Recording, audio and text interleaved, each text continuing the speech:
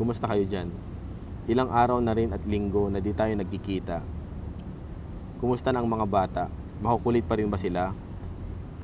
Namimiss ko ang mga kakulitan at mga kaingayan nila, lalo na si Ilosyo, yung iyak at tawa niya. Namimiss ko na rin si Sai, yung pag dumarating ako at sumasalubong ng yakap, at si Inigs na nagtatago pagdating ko at nagpapahanap. Kumusta ka naman, loves? Di ka ba nahihirapan sa pag-aalaga sa kanila? Miss ko naman mga luto mo, ang mga lambing mo pag may mga iniisip akong problema. Dahil doon kahit papaano nababawasan at nawawala ang aking stress. Sa ngayon, okay naman kami dito. Araw-araw may mga nangyayaring girian sa mga pulis at sa mga gwardya. Pero kayang-kaya namin ito, kaya huwag kang mabahala.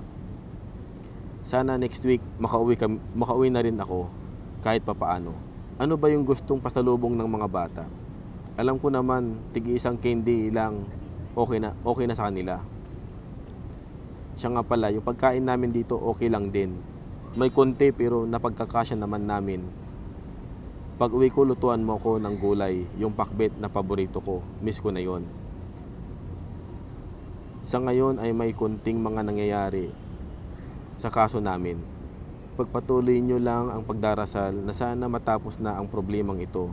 Pagsabihan mo din mga anak na sana ipagdasal din nila ako na sana makabalik na sa work ang daddy nila. Sige, hanggang dito na lang muna at may mga gagawin pa kami. Update kita time to time. Ingat kayo lagi dyan at huwag mong pababayaan mga bata. Mga anak, love kayo ni daddy. Huwag niyong pagpasasakitin ang ulo ni mami. Ingat kayo lagi dyan.